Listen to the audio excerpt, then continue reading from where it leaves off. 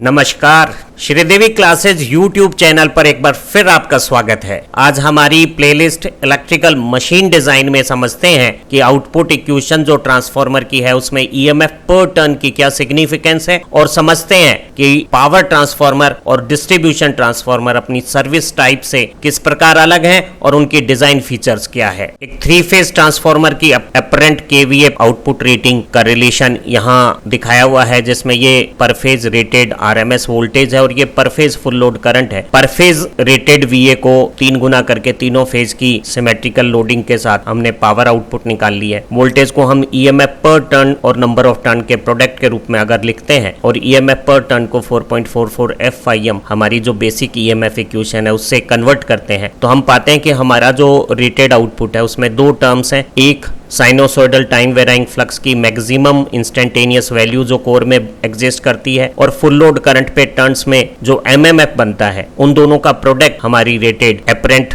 KVA decide करता है। Design की भाषा में फाइएम को हम मैग्नेटिक लोडिंग कहते हैं और per unit cross section area में फाइएम की वैल्यू को स्पेसिफिक मैग्नेटिक लोडिंग कहते हैं। वहीं ये जो करंट और टर्न्स का प्रोडक्ट है जिसे हम एटी भी कह सकते हैं, A4 एम्पियर T4 टर्न्स, इसे हम इलेक्ट्रिक लोडिंग कहते हैं। हम किसी ट्रांसफार्मर की डिजाइन की रिक्वायर्ड केवीए रेटिंग फाइएम की वैल्यू को ज्यादा और आईटी की वैल्यू को कम लेके बना सकते हैं, या फिर हम उल्टा भी कर सकते हैं, फाइएम को कम ले सकते हैं और एम्पियर टर्न्स को ज्यादा ले सकते हैं। तो एक डिजाइनर के पास 2 चॉइस है रेटिंग डिसाइड करने के लिए, मैग्नेटिक लोडिंग और करंट लोडिंग। अगर हम मैग्नेटिक लोडिंग को फ्लक्स की वैल्यू को लगातार बढ़ाते जाएंगे, हमारी कोर में फ्लक्स डेंसिटी बढ़ेगी, या फिर हमें आयरन का क्रॉस सेक्शन एरिया लगातार बढ़ाना होगा। ऐसी स्थिति में हमारे ट्रांसफार्मर में आयरन मटेरियल की कॉस्ट, आयरन में होने वाले लॉसेस बढ़ेंगे और अल्टीमेटली अगर हम फाइएम को लगातार बढ़ाते जाते हैं तो हमारी डिजाइन में इकोनॉमी घटेगी, कॉस्ट लागतें बढ़ेगी और ट्रांसफार्मर के ऑपरेशन में एफिशिएंसी भी डाउन होगी क्योंकि बढ़े हुए फाइएम से आयरन लॉसेस बढ़ेंगे। इसी तरह से अगर कोई डिजाइनर सिर्फ आईटी को बढ़ाकर ट्रांसफार्मर की रेटिंग बनाता है तो ऐसी स्थिति में उसे नंबर ऑफ टर्न्स ज्यादा वाउंड करने पड़ेंगे, या कंडक्टर्स में करंट डेंसिटी बढ़ानी होगी, या कंडक्टर का क्रॉस सेक्शन एरिया बढ़ाना पड़ेगा। ऐसी स्थिति में कंडक्टर में कॉस्ट और लॉसेस बढ़ेंगे और इससे भी हमारे ट्रांसफार्मर डिजाइन की इकोनॉमी घटेगी, लागतें बढ़ेगी और ऑपरेशन के दौरान कॉपर लॉस ज्यादा होने से एफिशिएंसी भी डिजाइन में घटेगी। तो ये स्पष्ट हो रहा है कि इन दोनों में से किसी एक, फाइएम या आईटी में से किसी एक को अनरीजनेबली हाई करने से हमारी डिजाइन के एंड रिजल्ट्स खराब होते हैं। तो हमें बेस्ट ऑप्टिमम इकोनॉमिक डिजाइन करने के लिए जरूरी है कि हम मैग्नेटिक लोडिंग और इलेक्ट्रिक लोडिंग के रेशो को किसी सर्टेन प्रपोर्शन में सेलेक्ट करें। एक पर्टिकुलर टाइप जैसे कोर टाइप या शेल टाइप, या सर्विस कंडीशन जैसे डिस्ट्रीब्यूशन ट्रांसफार्मर या पावर ट्रांसफार्मर, या मटेरियल कोर के लिए हमने अमोर्फस स्टील लिया है या cold rolled grain oriented steel लिया है, या पुराने जमाने में हॉट रोल्ड स्टील इस्तेमाल करते थे, और कंडक्टर के लिए हम एल्युमिनियम की वाइंडिंग यूज कर रहे हैं या कॉपर की वाइंडिंग यूज कर रहे हैं। मटेरियल कंटेंट क्या है, इसके हिसाब से हम फाइएम और आईटी का रेशो रखते हैं। और अगर एक ही टाइप के सर्विस कंडीशन और मटेरियल कंटेंट के ट्रांसफार्मर हैं तो वो चाहे छोटी पावर रेटिंग के हों 25 kVA मात्र, या फिर एक बहुत बड़ी पावर रेटिंग के हों जैसे 2.5 MVA, तो दोनों में हम फाइएम और आईटी का रेशो सेम रखते हैं। जरा ये बात समझ लेते हैं। माना किसी टाइप, सर्विस कंडीशन और मटेरियल कंटेंट के हिसाब से हमने ट्रांसफार्मर में मैग्नेटिक फ्लक्स और full load MMF electric loading के रेशो को एक कांस्टेंट आर बना दिया है। आर को हम फाइएम अपॉन करंट टर्न्स कह सकते हैं, करंट टर्न्स को हम एम्पियर टर्न्स भी कह सकते हैं। तो ऐसी स्थिति में जो पर फेज केवीए आउटपुट है ट्रांसफार्मर का, पर फेज केवीए रेटिंग, अगर 3 फेज के ट्रांसफार्मर 100 केवीए है तो इस क्यू की वैल्यू हम 100/3 लेंगे। ऐसी स्थिति में पर फेज केवीए आउटपुट, पर फेज रेटेड आरएमएस वोल्टेज और फुल लोड करंट के प्रोडक्ट के साथ ये 10⁻³ का फिगर वीए को केवीए बनाने के कन्वर्जन में काम आ गया। रेटेड वोल्टेज को हम ईएमएफ पर टर्न और नंबर ऑफ टर्न्स के प्रोडक्ट के तौर पे लिखें तो फुल लोड करंट के साथ ये टर्न्स का प्रोडक्ट फुल लोड एमएमएफ आ गया है। और हम समझ सकते हैं कि ट्रांसफार्मर की जो पर फेज रेटेड केवीए है उसमें कोर में वर्किंग फ्लक्स की मैक्सिमम वैल्यू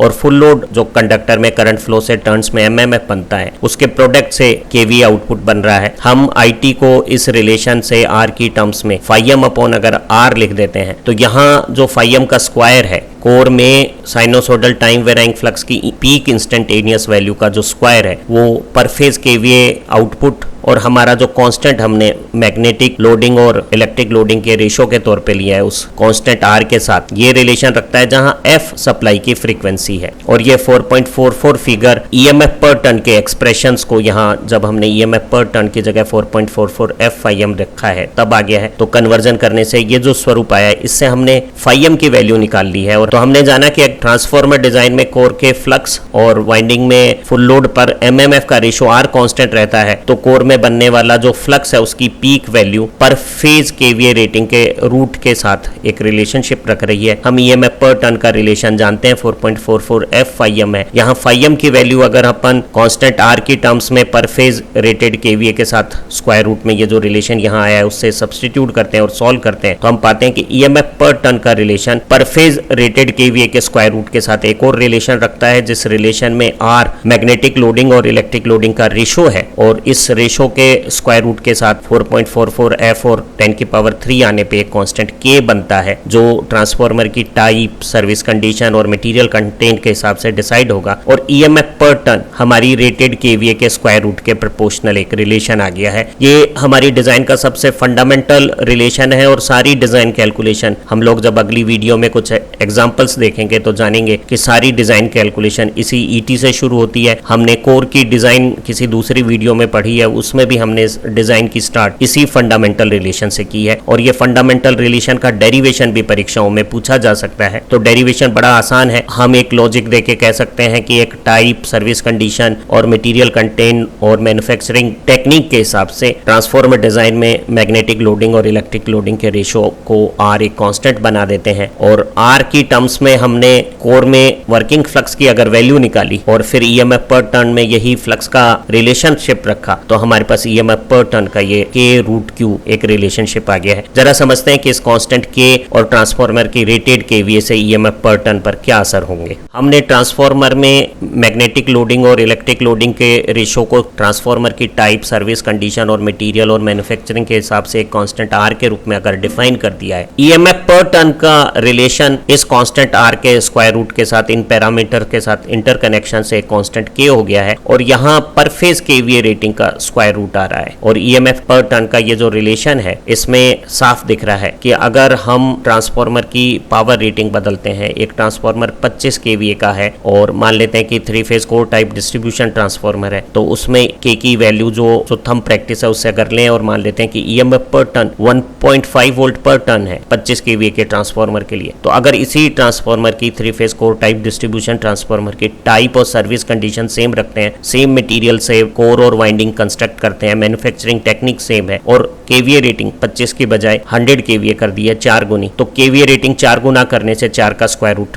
2 गुना हो गया है हमारा EMF पर टन, जो पहले 25 KVA पे 1.5 वोल्ट पर टन था वो 100 KVA के लिए 3 वोल्ट पर टन हो जाएगा। अर्थात हमने EMF पर टन को 2 गुना कर दिया है। इससे कोर में फ्लक्स भी 2 गुना हो जाएगा और एम्पियर टर्न्स भी 2 गुने हो जाएंगे और हमारी पावर रेटिंग 4 गुना हो जाएगी। अर्थात ज्यादा रेटिंग्स के जो ट्रांसफार्मर होते हैं उनमें हम EMF पर टन ज्यादा लेते हैं, उनकी कोर में वर्किंग फ्लक्स का मैग्नीट्यूड भी ज्यादा होता है और छोटे ट्रांसफार्मर में EMF पर टन कम होता है। यहाँ EMF पर टन का रेटेड KVA पर फेज से जो रिलेशन आया है उसमें ये जो कांस्टेंट K है उसकी वैल्यू डिपेंड करेगी ट्रांसफार्मर की टाइप पे, वो कोर टाइप है या शेल टाइप है, उसकी सर्विस कंडीशंस पे कि वो पावर ट्रांसफार्मर की जैसे इस्तेमाल हो रहा है या एक डिस्ट्रीब्यूशन ट्रांसफार्मर है। इस कांस्टेंट K की वैल्यू हमारी डिजाइन रिक्वायरमेंट पे भी डिपेंड करेगी। हम डिजाइन में लोवेस्ट कॉस्ट चाहते हैं, लोवेस्ट लॉसेज चाहते हैं या स्मॉलेस्ट साइज चाहते हैं या वेट रिडक्शन चाहते हैं। हमारी जो डिजाइन की रिक्वायरमेंट क्या है वो भी हमारे K के पैरामीटर को डिसाइड करेगी और K के हिसाब से R आएगा और R के हिसाब से हमारी मैग्नेटिक लोडिंग या इलेक्ट्रिक लोडिंग का रेशो डिसाइड होगा। ये इस बात पर भी डिपेंड करेगा कि हम कोर में और कंडक्टर में मटेरियल्स क्या इस्तेमाल कर रहे हैं, क्या ये अमोर्फस स्टील है या cold rolled grain oriented steel है या हॉट रोल्ड स्टील इस्तेमाल हो रहा है, या ये इस बात पे भी डिपेंड करेगा कि हमने वाइंडिंग एल्युमिनियम की ली है या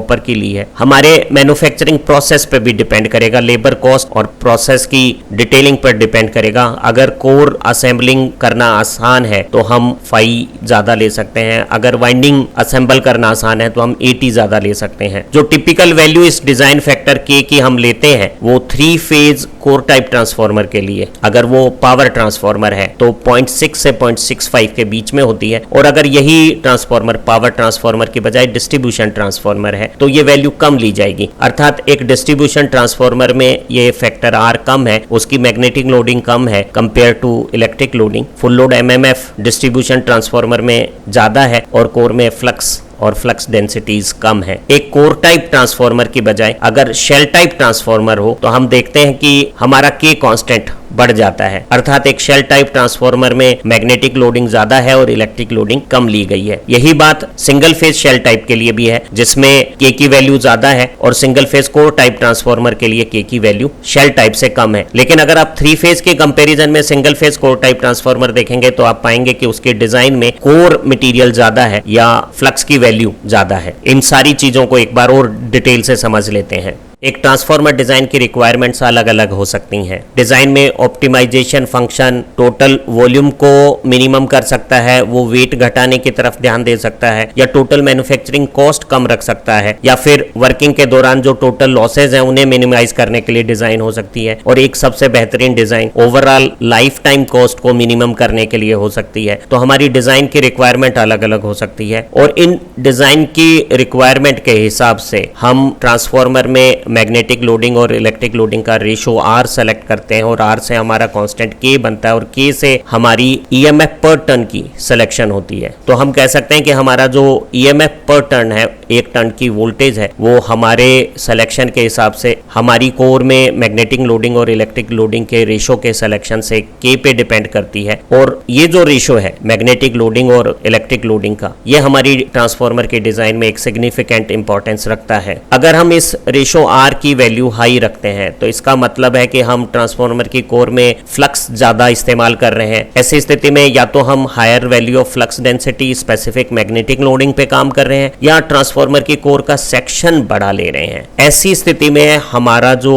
वॉल्यूम वेट और कॉस्ट है आयरन का वो बढ़ेगा और एग्रीगेट में टोटल आयरन लॉसेज भी बढ़ेंगे। आर के वैल्यू को बढ़ाते समय हम फाइएम बढ़ा रहे हैं तो हमारी आयरन पे लॉसेज और मटेरियल कंटेंट बढ़ रहा है। उसी स्थिति में आर की डिजाइन वैल्यू ज्यादा लेने का मतलब न केवल मैग्नेटिक लोडिंग अधिक लेना है बल्कि इसका यह भी अर्थ है कि हम इलेक्ट्रिक लोडिंग कम ले रहे हैं, और जब हम एम्पियर टर्न कम ले रहे हैं तो हम कॉपर वाइंडिंग का वॉल्यूम वेट और कॉस्ट कम इनकर कर रहे हैं और ऐसी स्थिति में हमारे कॉपर लॉस भी घटेंगे। तो हम समझ सकते हैं कि जो आर का मान का निर्धारण है वो सबसे इंपॉर्टेंट कंट्रोलिंग फैक्टर है जो हमारी ट्रांसफार्मर की डिजाइन को प्रभावित कर रहा है। आर से के कांस्टेंट बदलता है और के कांस्टेंट से ईएमएफ पर टर्न बदलता है, तो निश्चित रूप से ईएमएफ पर टर्न ट्रांसफार्मर के डिजाइन में एक इंपॉर्टेंट रोल रखता है। किसी ट्रांसफार्मर की पर फेज केवीए रेटिंग के अकॉर्डिंग ईएमएफ पर टर्न की वैल्यू कांस्टेंट के पे डिपेंड करती है और इस कांस्टेंट के की वैल्यू एक दूसरे constant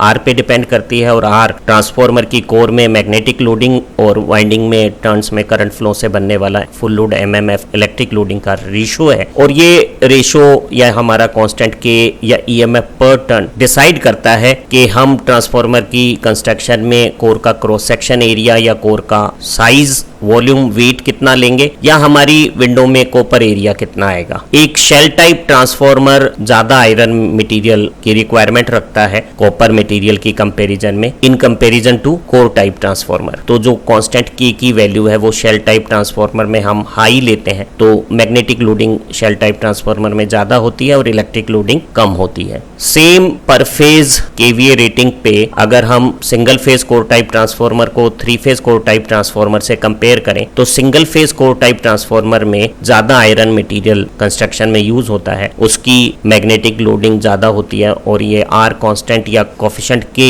single phase core type transformer के लिए 0.8 से 0.9 के बीच में हो सकता है, जबकि यही 3 फेज डिस्ट्रीब्यूशन ट्रांसफार्मर के लिए 0.45 से 0.5 के बीच में है और पावर ट्रांसफार्मर के लिए 0.6 के आसपास है। एक पावर ट्रांसफॉर्मर की कंपैरिजन में डिस्ट्रीब्यूशन ट्रांसफॉर्मर में हम मैग्नेटिक लोडिंग कम रखते हैं और इस कांस्टेंट आर की वैल्यू कम रहने से के की वैल्यू कम रहती है। अर्थात हमारा जो डिस्ट्रीब्यूशन ट्रांसफॉर्मर है वो एक पावर ट्रांसफॉर्मर की कंपैरिजन में कम वर्किंग फ्लक्स और फ्लक्स डेंसिटी पे काम करता है और ये जो कोफिशिएंट के है इसकी वैल्यू 0.45 जो कि पावर ट्रांसफॉर्मर 0.6 की कंपैरिजन में कम है। जरा समझते हैं कि एक पावर ट्रांसफॉर्मर और डिस्ट्रीब्यूशन ट्रांसफॉर्मर की सर्विस कंडीशंस में डिफरेंस क्या है और डिजाइन इसे किस तरह से इनकॉर्पोरेट करती है। पावर सिस्टम में डिस्ट्रीब्यूशन ट्रांसफॉर्मर सामान्यतः छोटी पावर रेटिंग के होते हैं और इनकी पावर रेटिंग 10 kVA से लेके ऊपर में सबसे ज्यादा 2.5 MVA तक हो सकती है। पावर सिस्टम में डिस्ट्रीब्यूशन ट्रांसफॉर्मर हमारी इलेक्ट्रिक पावर को फाइनल रेजिडेंशियल, कॉमर्शियल या इंस्टीट्यूशनल इंडस्ट्रियल एरियाज में डिस्ट्रीब्यूट करने के काम आते हैं और एक डिस्ट्रीब्यूशन ट्रांसफॉर्मर पूरे 24 घंटे तक एनर्जाइज रहते हुए कंज्यूमर की डिमांड के हिसाब से पूरे दिन में जो लोड का वाइड वेरिएशन होता है उस पे काम करता है। एक डिस्ट्रीब्यूशन ट्रांसफॉर्मर की design high all day efficiency maintain करने के लिए जब की जाती है तो इसकी मैक्सिमम एफिशिएंसी है वो लगभग हाफ ऑफ फुल लोड पे, फुल लोड से आधे करंट कंडीशंस पे ट्रांसफॉर्मर की मैक्सिमम एफिशिएंसी आती है। हमें जानकारी है कि मैक्सिमम एफिशिएंसी के समय फिक्स्ड कोर में जो आयरन लॉसेज होते हैं और जो वेरिएबल वाइंडिंग में कॉपर लॉसेज होते हैं वो इक्वल होने चाहिए। तो हाफ लोड पे कॉपर लॉस आयरन लॉस के बराबर रखे जाते हैं और ट्रांसफॉर्मर की एफिशिएंसी हाफ लोड के आसपास मैक्सिमम आने से हमारा ट्रांसफॉर्मर अपने ज्यादातर ऑपरेटिंग टाइम पर मैक्सिमम एफिशिएंसीज के ऊपर काम करते हुए ऑल डे एफिशिएंसी को अच्छा रखता है। ऐसे डिस्ट्रीब्यूशन ट्रांसफॉर्मर डिजाइन करते समय कोर में स्पेसिफिक मैग्नेटिक लोडिंग या फ्लक्स डेंसिटीज की वैल्यूज कम रखी जाती है ताकि फिक्स्ड आयरन लॉसेज जो कोर में हो रहे हैं उनकी वैल्यू कम रहे। अगर हम ट्रांसफॉर्मर की डिजाइन में cold rolled grain oriented silicon steel का इस्तेमाल कर रहे हैं और नेचुरल एयर सर्कुलेशन और नेचुरल ऑयल मूवमेंट से ट्रांसफॉर्मर की ON-AN कूलिंग है तो मैक्सिमम फ्लक्स डेंसिटी जो बड़े साइज के डिस्ट्रीब्यूशन ट्रांसफॉर्मर में हो सकती है वो 1.3 टेस्ला हो सकती है और छोटे साइज के ट्रांसफॉर्मर में ये जो मैक्सिमम फ्लक्स डेंसिटी की वैल्यू है वो 1.1 टेस्ला और 1.2 टेस्ला रखी जाती है। जनरली डिस्ट्रीब्यूशन ट्रांसफॉर्मर पोल पे माउंटेड या अनअटेंडेड आइसोलेटेड पोजीशंस पर होते हैं और इन पे टेप चेंजर्स नहीं लगे होते जो हम किसी दूसरे ट्रांसफॉर्मर में वोल्टेज टर्न्स रेशो के हिसाब से रेगुलेट करने के लिए इस्तेमाल करते हैं। वैसे टेप चेंजर्स डिस्ट्रीब्यूशन ट्रांसफॉर्मर पे नहीं लगाए हुए होते। डिस्ट्रीब्यूशन ट्रांसफॉर्मर फाइनल कंज्यूमर के साथ लोड की विसिनिटी में लोकेटेड होता है तो ऐसे डिस्ट्रीब्यूशन ट्रांसफॉर्मर के लिए वोल्टेज रेगुलेशन डिजाइन का एक इंपॉर्टेंट फैक्टर है। हम डिस्ट्रीब्यूशन ट्रांसफॉर्मर को लो इनहेरेंट वोल्टेज रेगुलेशन के लिए डिजाइन करते समय इनका लीकेज रिएक्टेंस कम रखते हैं तो कोर में जो स्पेसिफिक मैग्नेटिक लोडिंग है या फ्लक्स डेंसिटी है उनकी वैल्यूज को कम रखा जाता है और हमारी जो मैग्नेटिक इंडक्शन और मैग्नेटाइजिंग फोर्स की जो मैग्नेटाइजिंग कैरेक्टरिस्टिक है यहाँ मैग्नेटाइजिंग फोर्स को हमने लॉगरिथमिक स्केल पे रखा है तो थोड़ा सा कर्व का कर्वेचर जैसा हम लीनियर कर्व पढ़ते हैं उससे डिफरेंट है। लेकिन आप अगर इस रेंज में देखें लीनियर रेंज में जहां पहली बार ये लीनियर रेंज खत्म होती है उस पॉइंट को हम नी पॉइंट कहते हैं और आमतौर पे डिस्ट्रीब्यूशन ट्रांसफॉर्मर का इस्तेमाल लीनियर पोर्शन की अपर रेंज पे नी पॉइंट के पास किया जाता है। ऐसे छोटे साइज के ट्रांसफॉर्मर में ON-AN ऑयल और एयर दोनों का नेचुरल सर्कुलेशन होता है उससे कूलिंग होती है और हमारा टेम्परेचर राइज कंट्रोल रहता है। आमतौर पे ऐसे ट्रांसफॉर्मर के टैंक है वो या तो परफोरेटेड होते हैं या प्लेन टैंक पे कूलिंग ट्यूब्स और रेडिएटर्स का इस्तेमाल किया जाता है। पावर ट्रांसफॉर्मर्स आमतौर पे बड़ी पावर रेटिंग्स पे होते हैं और वो 2 MVA से लेके ऊपर में 1000 MVA तक के हो सकते हैं। इनकी ऑपरेटिंग वोल्टेज HV साइड में वोल्टेज रेटिंग 33 kV से लेके भारत में 765 kV तक हो सकती है जबकि अमेरिका और रशिया में हम 1500 kV के भी ट्रांसफॉर्मर इस्तेमाल करते हैं। ऐसे पावर ट्रांसफॉर्मर या तो जनरेटिंग पावर स्टेशंस पर या हमारी जो प्राइमरी और सेकेंडरी ट्रांसमिशन सिस्टम है उनके सब स्टेशंस पे इस्तेमाल होते हैं। आमतौर पे एक सब स्टेशन पे जब पावर ट्रांसफॉर्मर इंस्टॉल होते हैं तो वो एक से ज्यादा आपस में पैरेलल कनेक्ट होकर वर्क करते हैं। हम पावर ट्रांसफॉर्मर पे लोड लगभग फुल लोड के पास रखते हैं पूरे ऑपरेशन पीरियड के दौरान। अगर सिस्टम में लोड कम हो जाता है तो हम पैरेलल कनेक्टेड किसी एक ट्रांसफॉर्मर को सप्लाई से आइसोलेट करके बाकी सब ट्रांसफॉर्मर का लोड भी नियरली फुल लोड रख लेते हैं। इसलिए ऐसे ट्रांसफॉर्मर की जो मैक्सिमम एफिशिएंसी है वो फुल लोड के आसपास डिजाइन की जाती है अर्थात इनके फुल लोड पे कॉपर लॉस इनके आयरन लॉस के बराबर होते हैं। तो डिजाइन करते हुए हम कॉपर लॉस को रिडक्शन करने पर ज़्यादा ध्यान देते हैं, जबकि डिस्ट्रीब्यूशन ट्रांसफार्मर में हम आयरन लॉसेस को घटाने के लिए स्पेसिफिक मैग्नेटिक लोडिंग को कम रखने के लिए रेशो आर को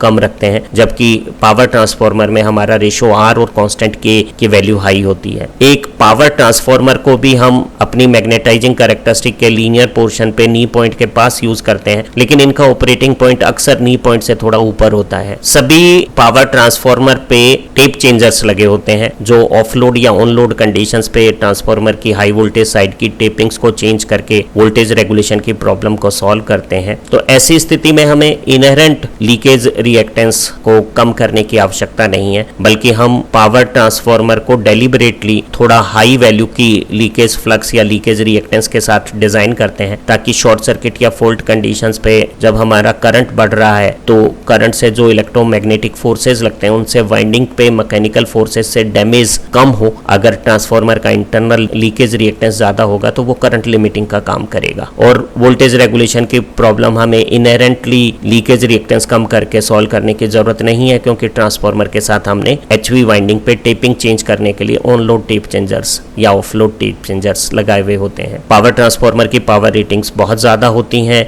और अच्छी डिजाइन के लिए इनमें स्पेसिफिक मैग्नेटिक और इलेक्ट्रिक लोडिंग भी ज्यादा लेते हैं। ऐसी स्थिति में टेम्परेचर राइज को कंट्रोल करने के लिए हमें कूलिंग इंप्रूव करनी पड़ेगी। ऐसे ट्रांसफार्मर में हम फोर्स एयर का सर्कुलेशन करते हैं, और अगर ट्रांसफार्मर की पावर रेटिंग 500 MVA से बड़ी हो रही है तो हमें एक्सटर्नल वाटर कूलिंग के लिए भी अरेंजमेंट्स करने होते हैं। आज की ये वीडियो ट्रांसफार्मर डिजाइन में ये मैं पर टन की सिग्निफिकेंस समझा पा रही है, और आप पावर ट्रांसफार्मर और डिस्ट्रीब्यूशन ट्रांसफार्मर की सर्विस कंडीशंस में डिफरेंसेस को भी समझ गए हैं। हमारी सभी दूसरी वीडियो देखकर आपकी सब्जेक्ट अंडरस्टैंडिंग डेफिनेटली इंप्रूव हो रही होगी। आप अच्छा पढ़ें, तरक्की करें। Have nice time, happy learning. और हमारी सारी वीडियो देखने और प्रमोट करने के लिए आपका बहुत बहुत धन्यवाद।